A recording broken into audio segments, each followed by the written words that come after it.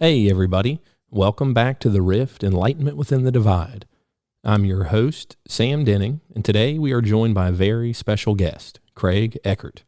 Craig and I have known each other since I worked as an intern at Equitable Production Company in the summer of 2007 while a grad student in geology at Virginia Tech. He helped me learn how to turn my book skills into real-life skills in the exploration of hydrocarbons. But we aren't here to talk about that story. Today, we're here to discuss his upcoming book, Rocks, Roots, and Rattlesnakes. It chronicles his journey backpacking the entire Appalachian Trail back in 2020. It was a fantastic interview, and I look forward to having him back on again in the future. We started out recording video, but had some technical issues, and it didn't pan out due to some incoming phone calls messing up the recording. Maybe next time. Please take the time while listening to check out the links in the podcast description. Maybe you can browse through Craig's website while listening to his fascinating story. Now, everybody, relax and enjoy the conversation.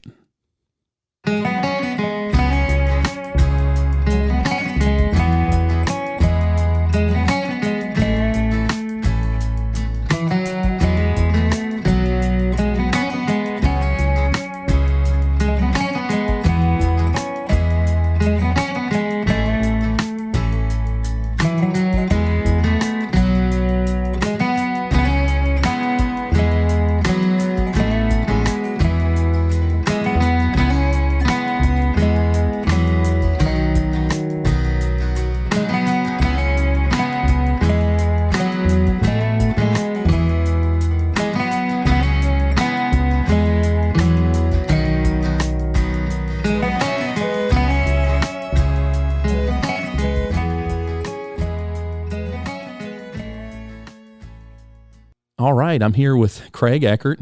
He was my mentor and boss at EQT, Equitable, when I was there back in 2007. And Craig, thanks for joining the show. Thanks for inviting me. I appreciate it. Yeah, and you've been doing a lot. You're always a busy man, it seems like. But when I knew you, we were working on the NORA coal bed methane CBM field back in 2007, the summer of 2007. And I was just a little measly intern there. But, you helped introduce me to a lot of people in that field, and it was fun. And you helped take stuff for me. This is from a personal perspective, take stuff that I had learned down at Virginia Tech in grad school and undergrad school, because I was working on my master's, and put it to practice. Up to that point, it was just stuff that you'd see in outcrops off the interstate, and it was hard for us to see the practical purpose of it. And it was you really opened my eyes to that and saw how you could take this and use it to, in the oil and gas industry, and to make money and to make product for people, a consumable product that people really, really desperately need. So thanks. Yeah, well, absolutely. It was my pleasure. And there were a lot of other folks who, were helping you as well at that time. It wasn't just me, of course. So, yeah. It was a good place to be at that time. Yeah, it was fun, and it was booming. And it was enjoyable for me to spend some time in Pittsburgh. A great city, really cool. So that's how we met. I wouldn't be talking to you if we didn't have that experience. So now, the reason I've got you on here now is you have written a book called Rocks, Roots, and Rattlesnakes, a geologist journal, 150 days of discovery on the Appalachian Trail. And I wanted to have you on here because I'd like to talk about your journey on the Appalachian Trail and hear about this book that's coming up for sale. When is it available? So it's available right now for pre-order, and you can do that through my website. It's a lot cheaper on my website than if you were to go to Amazon or Barnes & Noble, which it's also available there, but at a higher cost, just because of the way that their cost structure works. They take, a big chunk of it out. So I basically priced it in a way on Amazon and Barnes & Noble so that I don't lose money per copy sold. Right. And that's basically the way that's designed. But if you go to my website, you can order it directly through my website, and that's rocksrootsandrattlesnakes.com. And it's available for pre-order now. As I said, and it'll be available for delivery then, I think on April 12th. Okay. So well, in a couple of weeks.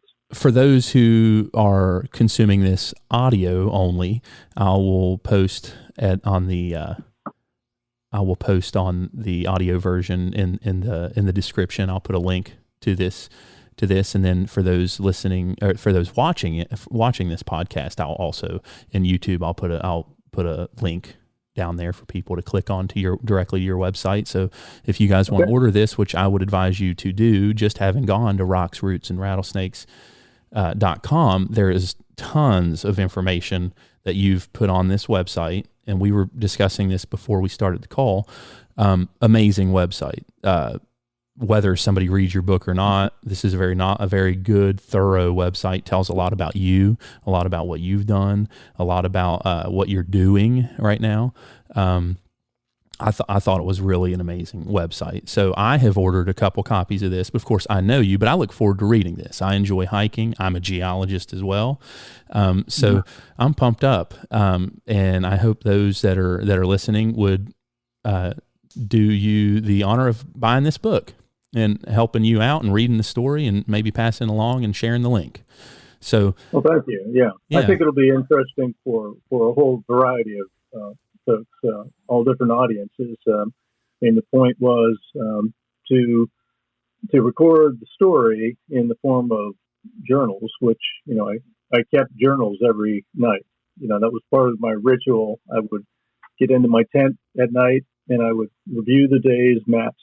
I would plan for the next day where I wanted to end up, look to see, what the terrain was going to be like, how far I thought I could get, where I might stop for breaks, where I might stop for lunch, etc. And then finally, I would write a couple of pages in a journal. And so that was sort of the start of the book right there, was all of those pages of journal entries that I made every night.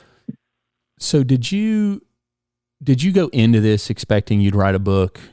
Like, did you anticipate that this might turn into that, or did it just evolve into that?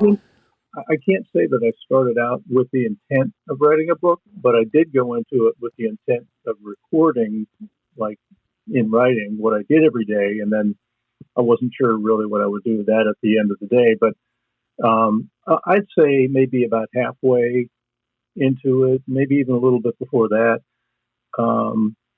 There's a lot of time during the day to talk to people. If you run into someone and, you hike with them for a little while, but there's a lot of time to talk about all sorts of things. And one of the things that we did talk about from time to time, and I say we, me, and whoever I happen to be hiking with for that day, I mentioned a couple of times about my journals at night, and several folks made the comment that wouldn't it be cool if you would put that together in the form of a book? So it was actually suggestions that came from other people, and I had even come up with a name. I had this thing about these alliterations that all begin with R's, and there were more than just the three that ended up being part of the title. There was also like rain, relief, and I can't remember. There were a whole bunch of them that sort of characterized the daily experiences out of the trail. And so these three, Rocks, Roots, and Rattlesnakes, they seem to be the most, stand out, obvious. Stick out. Yeah. It's basically what you're looking at all day long. Well, I don't know. So trying not to trip and fall over a rock and so forth. I'm a Boy Scout and, or was a Boy Scout. I'm an Eagle Scout. No longer. I'm a Man Scout. But I went to Cimarron, New Mexico, and to Philmont. Yeah, and so I have experience in backpacking, and I've listened to some another podcast you've done, and I don't really want to. Well, if some of this interweaves with that, that's fine. But I'm sure that was in the late '90s. Mm-hmm. So, and you had talked about the differences in the material for backpacking. Oh, and right. I thought to myself, I bet you from that time to now, stuff is significantly lighter and better. Oh, I'm sure it is. We did 2 weeks backpacking at that time. It was a 2-week thing, and it was pretty brutal. But because you could pick different treks, there was trails all over the place. Mm-hmm.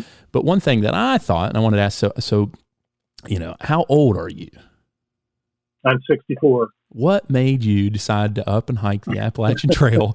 At what year did you do this? Was this? So I did it 2 years ago. It'll be going on 2 years in June. Okay. So I was 62 at the time, but I had just retired a couple of years prior to that. And this is something that I had always wanted to do. It was, I guess you could say it was on my bucket list. That's what people generally refer to that sort of thing as. But when I was younger, I had some friends that had hiked the Appalachian Trail, and I remember always kind of regretting not having gone with them. And as a kid, I had grown up right next to the Appalachian Trail in the Lehigh Valley. So Kittatinny Mountain runs right along the northern border of the Appalachian or of the Lehigh Valley. And so we'd go up there in scouts and old school outings and all sorts of things. There was all different reasons for getting up on the trail, but so I was real familiar with that part of the trail. But I never really had ventured beyond maybe 50 miles or so from the Lehigh Valley. And always thought that would be a really cool thing to do. And so when I finally had the opportunity, retiring, because it's a big chunk of time. If you do a through hike, it took me, a gross 5.5 months. Yeah, like half the year. Yeah, exactly. So that's not something you do if you're working, right? And so you almost have to be either retired or so there's sort of this bimodal group of people that do the trail, and there's obviously exceptions, but it's a lot of young people that are either right out of college or they haven't quite gotten into their careers yet, and so they have that free time. So it's those guys, and then it's the retirees, older guys, or and women, of course, too. And there were a lot of women on the trail. I think typically most women that I met were in pairs or groups. There's a few that hike on their own, but it's more common for men to do solo hikes. At least that was my experience. Maybe that's not true statistically. I don't know. I haven't really investigated it, but I would suspect, and I think for safety's sake too. Yeah, it makes sense. Not that the trail isn't a safe place, but that's probably the way it is. Well, along those lines, so you were 62 when you started. And I was going to ask you some things about safety. So I guess I'll ask them now. Well, actually, let me follow this thread about, so did you have to do a lot of prep work physically for this to get prepared to do this? Well, I did actually. And it was just in the form of hiking, 4 miles every day or so. And I did that for about a year, and I was pretty faithful about it. And I had the opportunity to just drive 15 minutes from my house to North Park, which is just on the north part of Pittsburgh, which you're probably familiar with. Your brother, I think, lived somewhere around here. Yeah. You might have been around North Park in the past, but there's like 40 miles of trails through North Park, and there's all kinds of loops that I've become real familiar with. So I did that for about a year in advance of starting. And I remember thinking, well, I know what my pace is now because I do this all the time, and I used to record my hikes to see how long it would take and what my miles per hour were and everything else. And I was hiking about 3 miles per hour solid every single time. And I thought, well, that's my pace. And then I figured, well, if I'm going to do like 15 miles a day, that's only 5 hours. What in the world am I going to do with the rest of my time?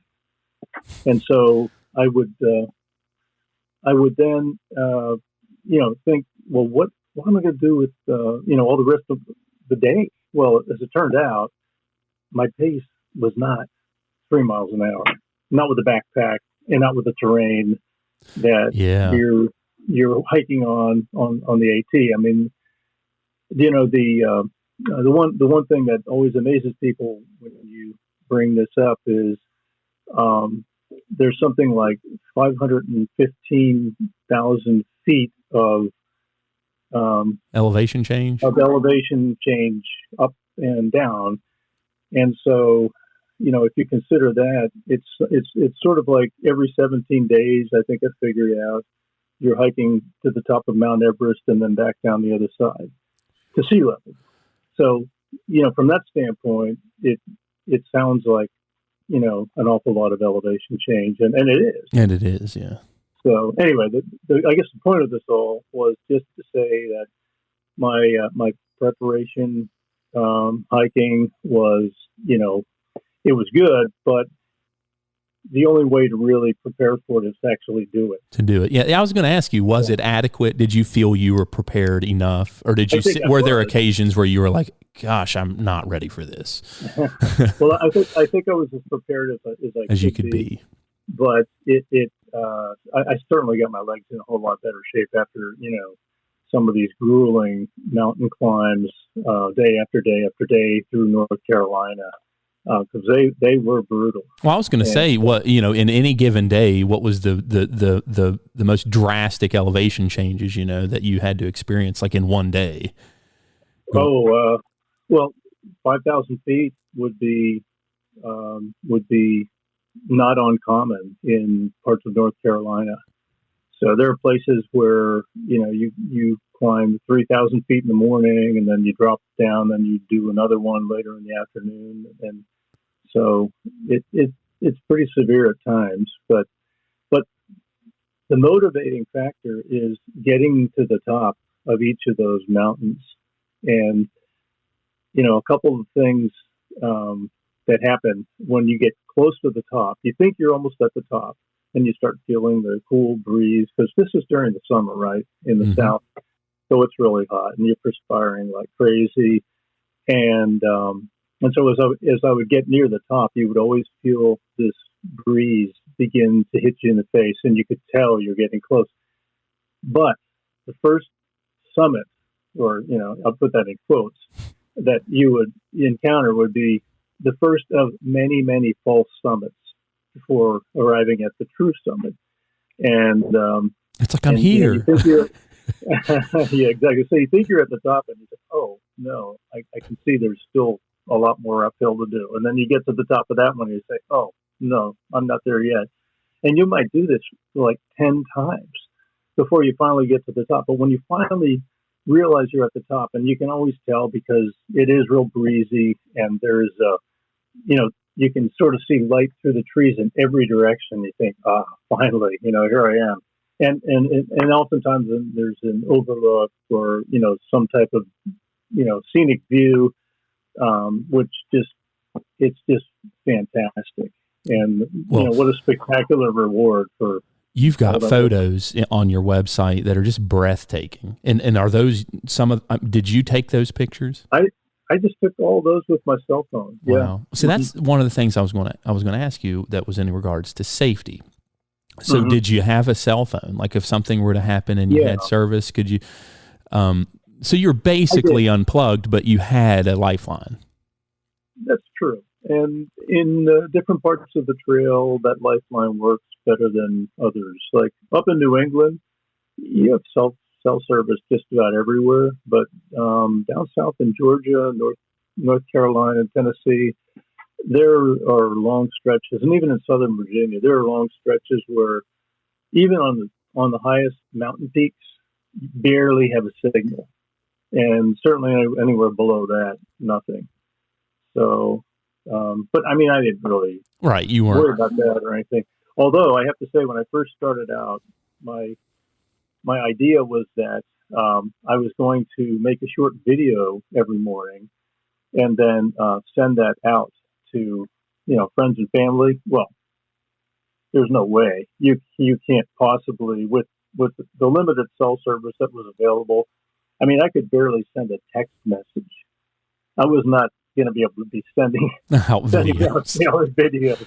So I started out making those, and I continue with quite a few of them, but I never used them to transmit like this is what's going on today. And some people do that with YouTube channels, and I'm not quite sure how they're able to connect with the limited, capabilities that the cell phone offers in places.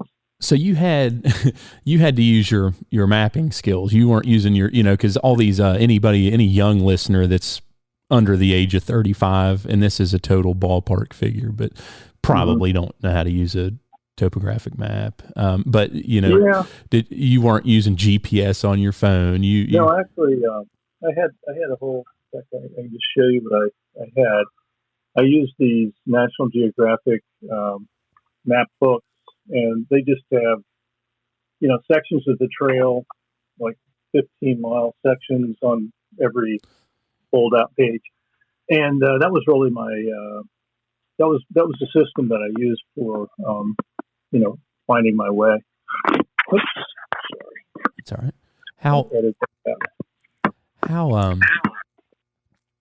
How much planning on the daily hiking did you do, and how far in advance did you do that? Well, I would certainly do just the full day that was ahead of me, but I would also look to see, like whenever I would move from one major province to another, like getting into the Smokies, and I'd have to plan all that out. Of course, for the Smokies, that was one of three areas along the trail where you actually have to have permits in order to camp. Huh. And so you had to do that in advance. So you had to plan out where you were going to be each night and how many miles you were going to hike each day well in advance of arriving there, so that this is officially what you were supposed to do. As it turned out, because of COVID and staffing, et cetera, I didn't see a single ranger the whole time I was in the Smokies. Now, most years there are rangers patrolling and walking the trails and making sure that people have permits. But in most years, the type of permit that's required for the Smokies, it's I forget what it's called, but it basically, if you're a through hiker, all they really want to know is approximately when you're going to arrive and approximately when you're going to leave, so that they can sort of keep track of how many people are using the trail at a given time. And if someone gets lost, they can go to the records and they can see, well, they said they were going to start at this date and no one's seen them since, so here's where we should look. But anyway, because of COVID, they actually only offered what are called backcountry permits. And what that meant is that you had to predict where you were going to be each night. And there were only 8 spots available at each of the shelter areas. So it was a little bit tricky. And my son helped me with that. He was in Singapore at the time. And since they were 12 hours beyond before us, he was able to do that in the afternoon. And the reason I say that is because the advice that I was given is to sign up for a given tent site.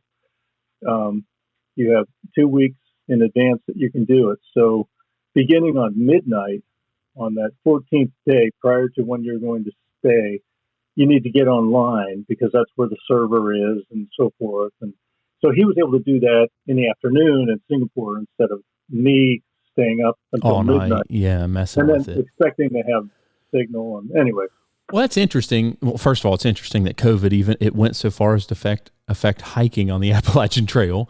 Yeah, it's kind of mind blowing. And then, and the amount of help that you had, outside help that you had doing this journey. Because I know obviously I asked you about getting physically prepared, but just as much of it's probably a mental journey. I mean, overcoming, maybe not a whole lot, but just being gone for so long.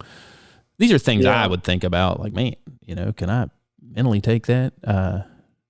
Yeah, well, I guess I did think a little bit about that, but it was something I was really looking forward to, just getting out and enjoying nature and trying to see if I could do this for an extended period of time.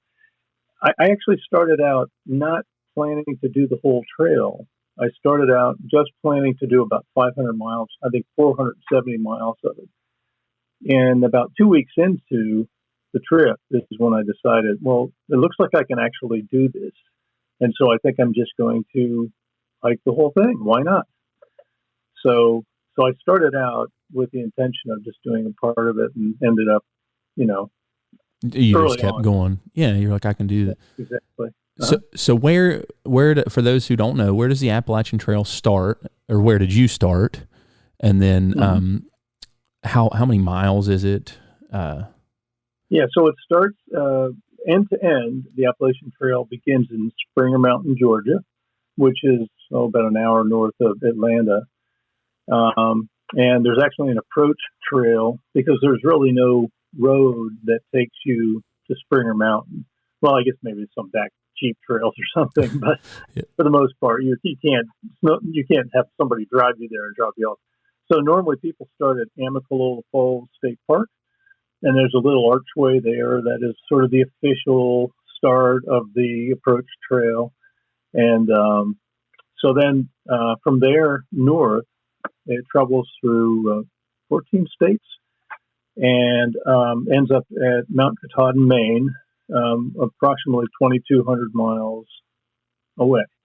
And Mount Katahdin is in Baxter State Park, and it is the northern terminus of the trail. And then beyond that, there's actually another trail known as the International Appalachian Trail. And this is all sort of done with the intent of bringing geology into the mix.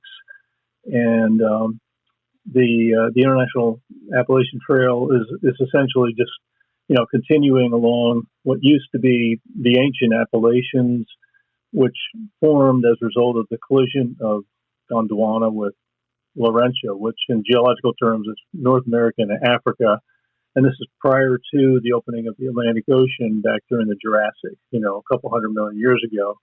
So it's sort of following the trace of the mountain system that resulted from that was created. The colliding of two plates back, 300 million years ago, when the Allegheny orogeny, which was the final mountain building episode that took place to form this immense mountain range from, essentially Greenland to well south of Springer Mountain, Georgia.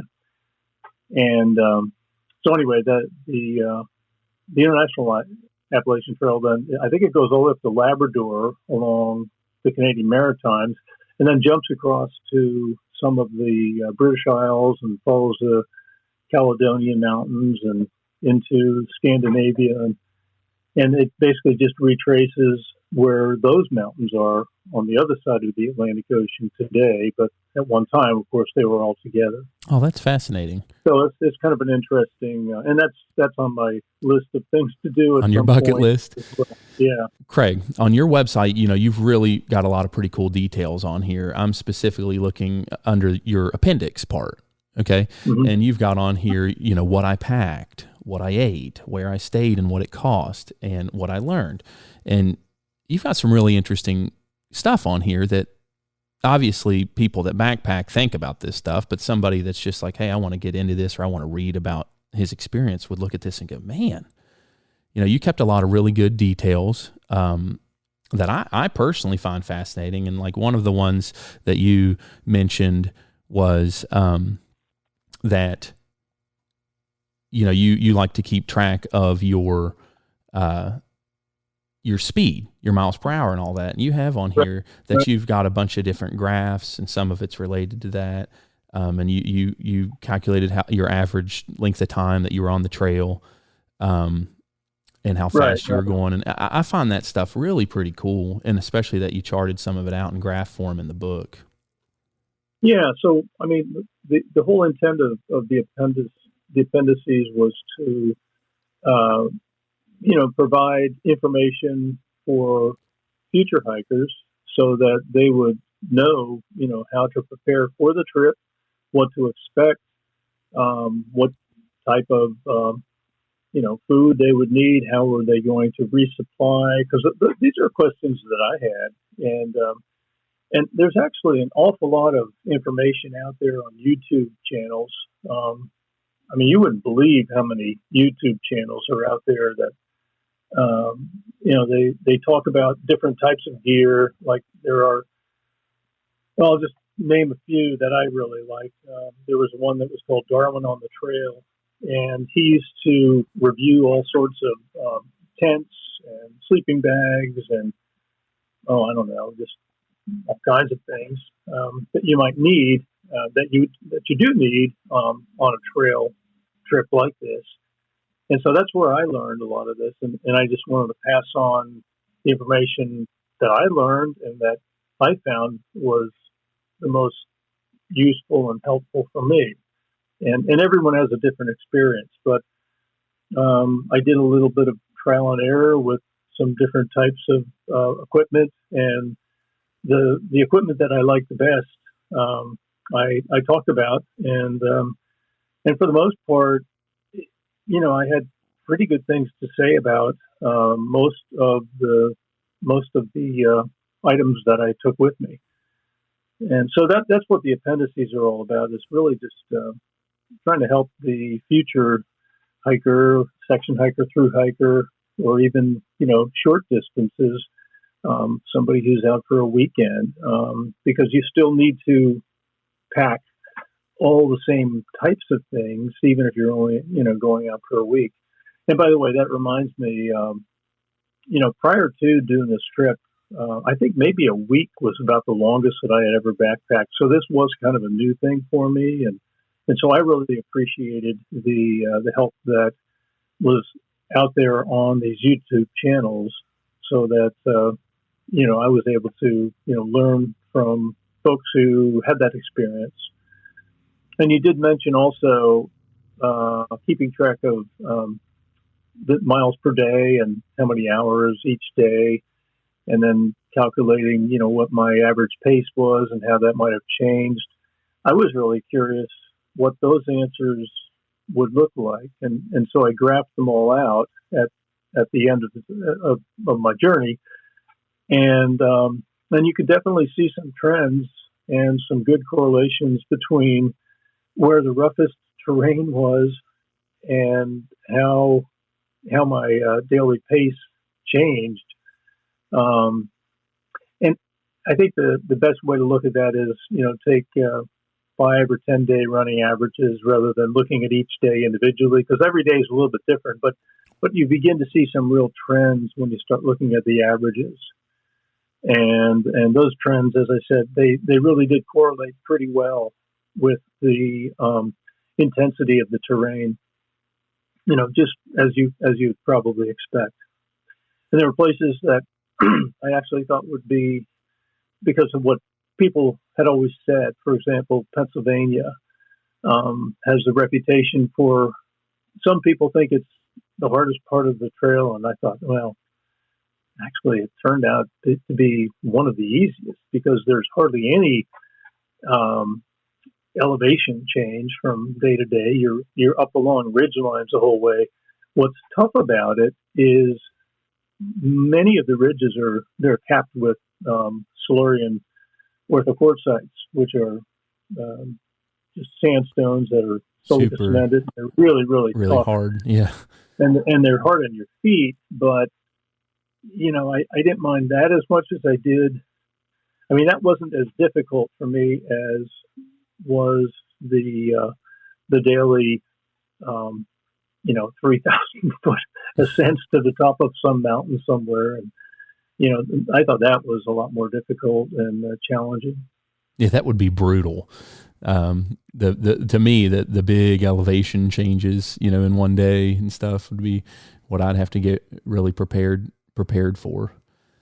And I was just going to mention, and what's interesting is, so there are 3 big trails that run north to south there's more than 3, but there are 3 that seem to attract the most hikers, and that's the Appalachian Trail, the Continental Divide Trail that runs through the center of the country along, the Rockies and so forth, and then the Pacific Crest Trail, which is through California and up through the Cascades and through Yosemite. But you would think those would have more severe terrain than the Appalachians, and maybe in parts they do. They certainly get you to higher elevations, but the total amount of vertical for, I think, the Appalachians is 515,000 feet of gain or loss. And then for the other two, and I don't remember which is which, I'm guessing probably the Continental Divide Trail was next, but those are only like 400,000 and 300,000. So much less elevation change. But again, it's a different, they're completely different. You're not in the East anymore where, the highest mountains you might encounter in the East, well, it would be Clingman's Dome and Mount Washington I think Mount Washington is like 6280 or something, and Clingman's Dome is 68 or something like that. But out west, of course, you're peaking out 14,000 feet from time to time, and then you're staying up there, walking ridge lines, at really high elevations. So anyway, I guess I'm just presenting that because the Appalachians they're not nearly as high, but there's a lot more ups and downs. Let's just say in that way. What are some of the most memorable experiences you had on your hike?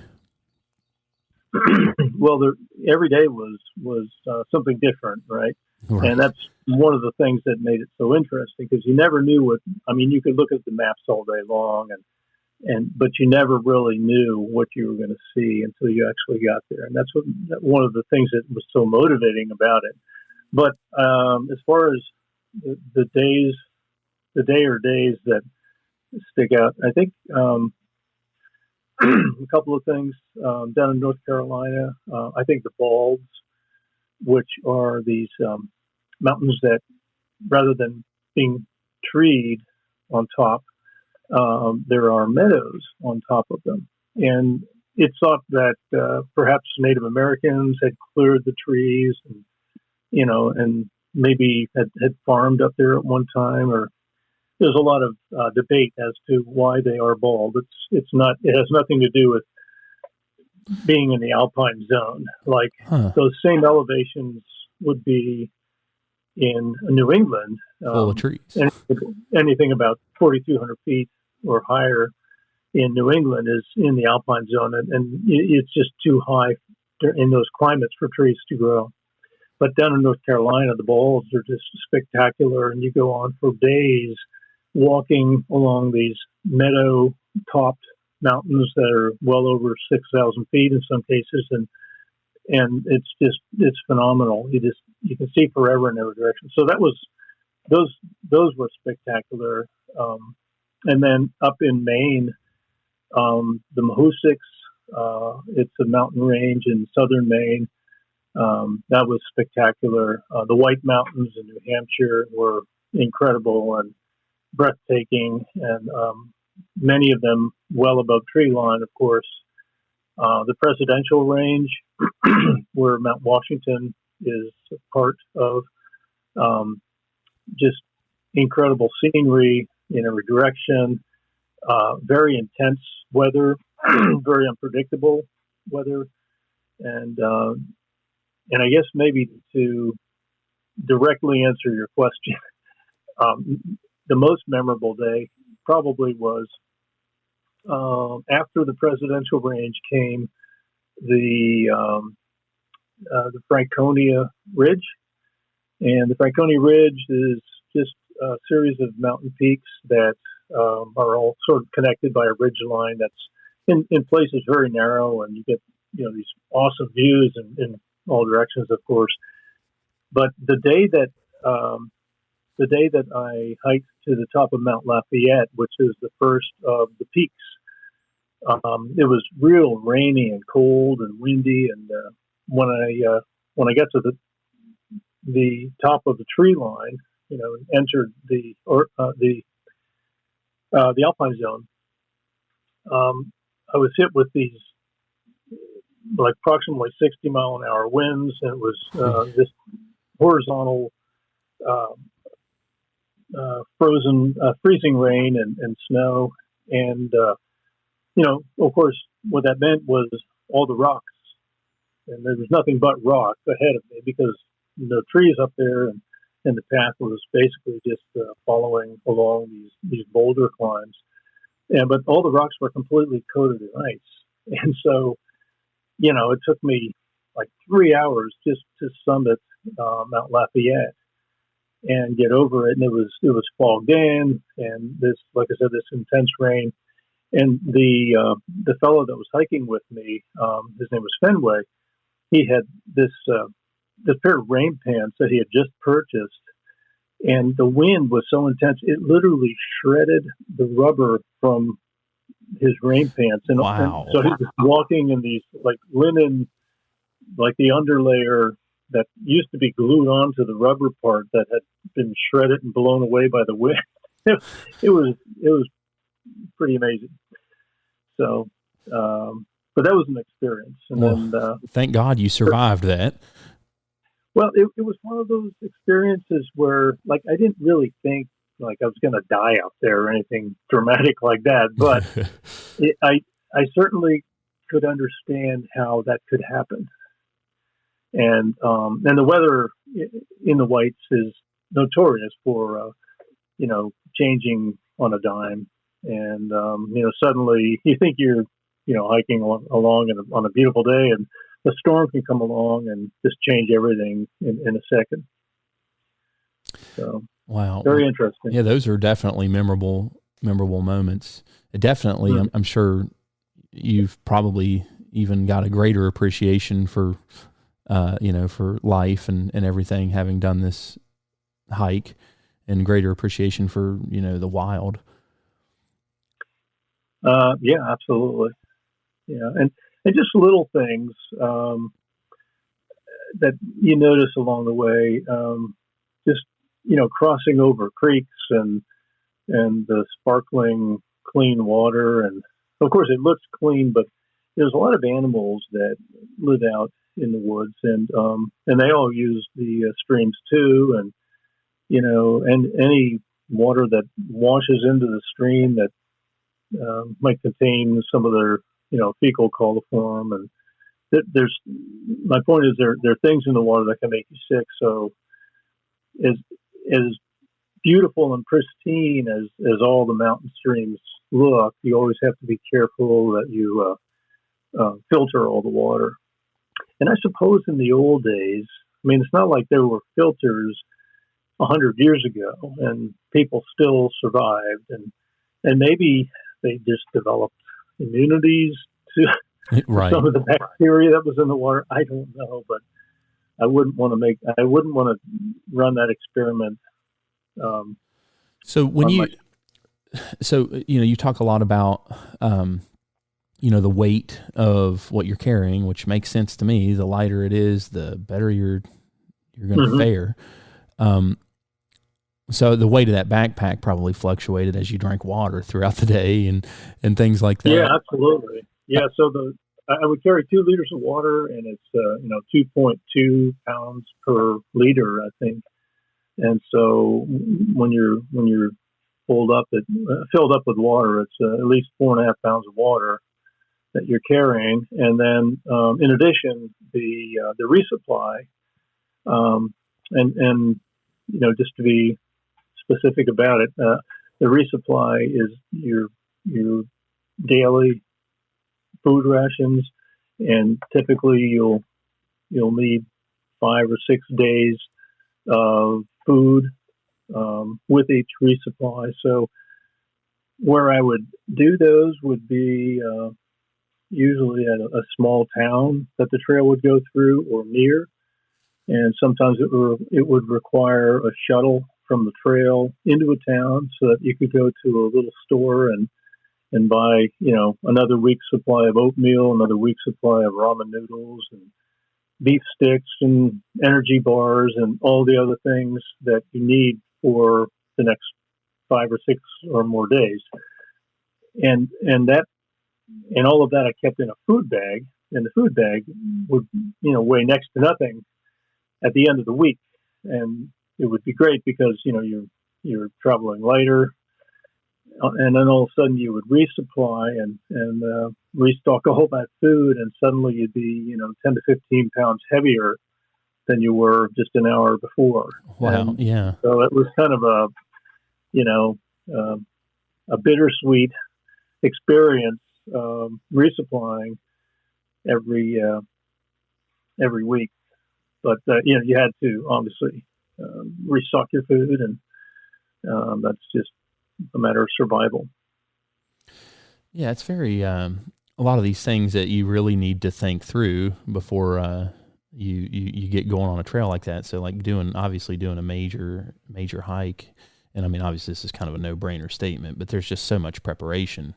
It would be horrible to go out there and not have these things planned out. And I don't know why you would do that, but well, I ran into folks from time to time that, clearly were not all that well prepared, and it could be anything from just having a really cheap shelter system. Maybe they bought a used tent online or something or borrowed it from a friend, and it was either too heavy, or perhaps it might have been not waterproof or something like that.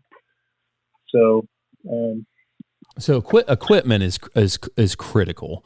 Having the proper equipment, and okay, right. You would agree with that, yeah? Yeah, absolutely, yeah. And in fact, I think one of the one of the keys to a successful hike is thinking that through really, really well, and making sure that you do have the best equipment that you can afford, I would just say. And I know it's not inexpensive. Like my tent, as great as it weighed 14 ounces, super lightweight. It was made from a material known as Dyneema, and it is supposedly 17 times stronger than Kevlar. Wow. But it's really thin. It's 1,000th of an inch thick. So I don't know how thick Kevlar is, but obviously, if you're using it for bulletproofing or whatever, it's a lot thicker than that. Right. But anyway, the tent wasn't cheap, but it was certainly worth its weight in gold. And it kept the rain out. It was completely waterproof. It had what's called a bathtub liner all around it. So the floor sort of comes up like a little bathtub when it's set up properly.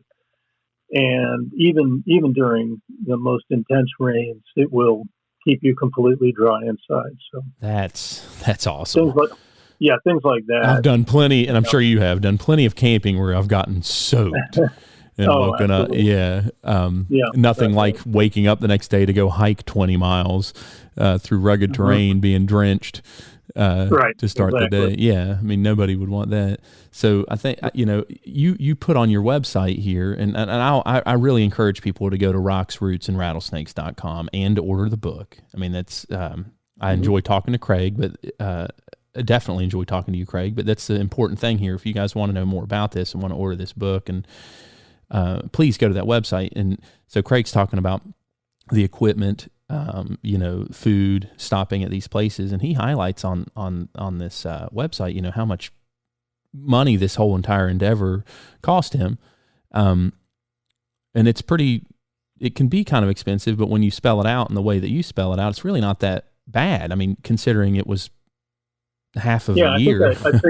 I figured that over that 150 days, it came to like $53 a day.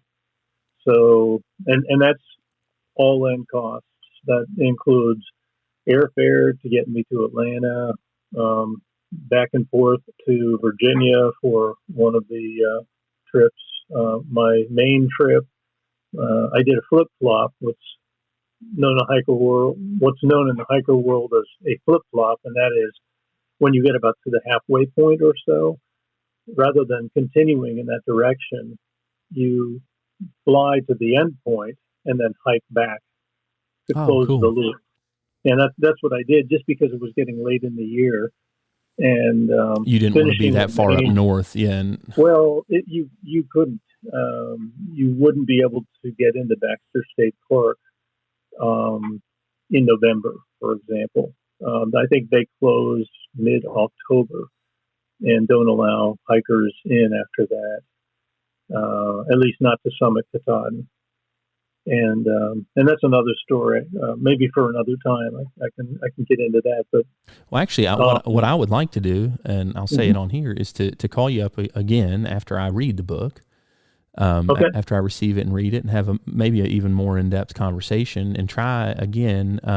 For those listening, there is nobody watching because we've had technical difficulties with the phone, and I did learn what the problem was, Craig. My phone was supposed to be on Do Not Disturb, and apparently that didn't work. And my mom called me 3 times, and it knocked the video off, which is kind of a bummer because it was pretty cool. But if so your overall experience here was, I mean, how would you describe the whole experience in a nutshell? Well, it was life changing, I have to say. In that, it was so difficult at times that I didn't think that I would be able to do it from one day to the next often. And it's just like a lot of other things in life that are difficult, and if you overcome them, then you feel a sense of accomplishment that far exceeds your expectations, I suspect. But it opened my eyes to what's out there. I mean, it's a great way to see America. Let's say that, because you experience all the various subcultures that are along the way.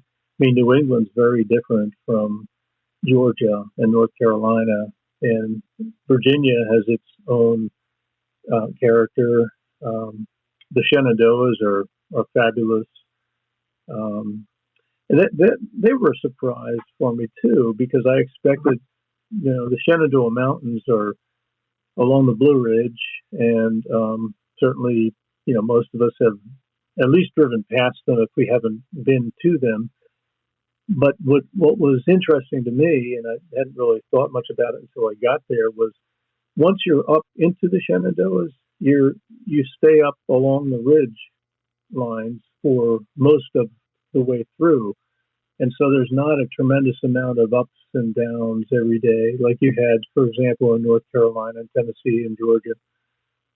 So my pace improved dramatically when I was walking through the Shenandoahs, because I don't want to say it's flat, because it's anything but flat, but it's flatter, I guess you could say, than some of the other states. But you mentioned we've been sort of talking about gear off and on, and the one thing that that I think is really interesting is that, and you mentioned your Philmont experience when you were in Scouts, mm-hmm. and at that time, and certainly when I was young, and when I was in Scouts, and I used to backpack with our troop, here and there, the type of equipment we had, consisted of a lot of cotton canvas and metal frames, and wood poles for our pup tents and things like that. And the bottom line was, it was really, really heavy. And pretty much everything today is ultralight. And I mentioned the weight of my tent earlier, 14 ounces. Wow, that's like a can of soda. Yeah, and it's your home. Yeah, and the interesting thing is, everything pretty much is made from oil. It's made from the petrochemical industry, and it's just an amazing improvement in materials, as a result of the petrochemical industry. And I don't know how many people realize that when they're they're hiking. I'm glad you point that out. I mean, there are so many things related to the oil industry, and that are like, have changed the standard of living that Absolutely. people only imagine, the combustion engine. Right. But yeah, I mean, sorry, Craig. That's okay. I was going to say, I really look forward to this book. And I wished I could talk a little bit longer, but I kind of have to wrap this up. But Sure. I look forward to this. I'd love to have a follow-up conversation. I'd like to have another attempt at recording it. And for those out there that are interested in this kind of thing, and if you've made it this far in the podcast, I'm sure you probably are, please, check out rocksrootsandrattlesnakes.com and buy the book. And even if you don't buy the book, go read through what Craig's experienced. He's got it detailed very clearly on there. He even is keeping up with stuff he's done since that hike. And do you have, I know you said you have a couple other bucket list sort of hikes. I mean, what kind of things do you foresee you doing in the future, long distance hike wise? Yeah, well, there's all sorts of in the U.S. There's all sorts of long distance trails that are scattered around the country. Some of the more common ones I mentioned earlier, the Pacific Crest Trail through California, the Continental Divide Trail that runs up essentially along the Rocky Mountains and up into Wyoming, the Tetons, etc., and then ends up finishing in Canada. But there are so many other ones. There's the Colorado Trail, which is about 570 miles, I think, and it's similar to parts of the Continental Divide Trail, but it's just in Colorado, and it takes a little bit of a different route. And then there's east-west trails that cut all the way across the country. There are some that are pretty much in the Northeast. There's one that's called, I think it's about 4,400 miles long. It's called the North Country Trail, which goes through Pennsylvania, begins, I believe, in Vermont, near the Long Trail, which runs along the Green Mountains. Anyway, I could go on and on, but suffice it to say, there's thousands and thousands of miles of trails, well-marked trails for the most part, all through North America. And so, yeah, many of those I'd like to tackle. You've got a game plan to tackle a couple of these. Yeah, I would say I have a penciled in game plan. And the reason I say that, there's some things this year that are going to prevent me from doing another long distance trail. But perhaps next year I'll have a little bit more time freed up to do that. But yeah, I've got lots of things on the list that I would like to do. A lot of those trails on the list I'd like to do. Well, in the next couple of years, including that international AT that I mentioned earlier. Do you have? Let me finish it on this source. Do you have plans to do another book? That's a very good possibility. I think the idea of writing a book and then talking about the geology beneath my feet as I trek along has an appeal to me, and I think it has an appeal to readers. Yeah, so, it would have an appeal to me as well. Yeah, so that's something I may do that. I don't have specific plans, but I'll certainly journal as I go, and in fact, I did journal my way through the Long Trail last year, and I haven't done anything with that crude manuscript, if you will. But there's a still possibility I might do something with that. Well, I know that you're very knowledgeable in the field of geology, and I would look forward to reading that as well. I can't wait to get this book in the mail. I'm really, Craig, I want to thank you for giving me your time and accepting my invitation to come on here. Well, thank you for asking, Sam. Yeah, I mean, really we'll have to catch up in person sometime. Maybe if I'm up in Pittsburgh, I'll give you a call. Would love to.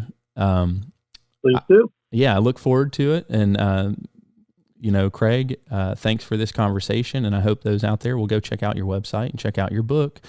And if if we have time in the future, we'll follow back up and see what else you got going on in your life, because it seems like you are doing a lot of hiking and seeing a lot of really cool areas of the country. Sounds good, Sam. Well, thanks a lot, and I'll hope to talk to you soon. All right. Take care. See you. Thank you. Bye.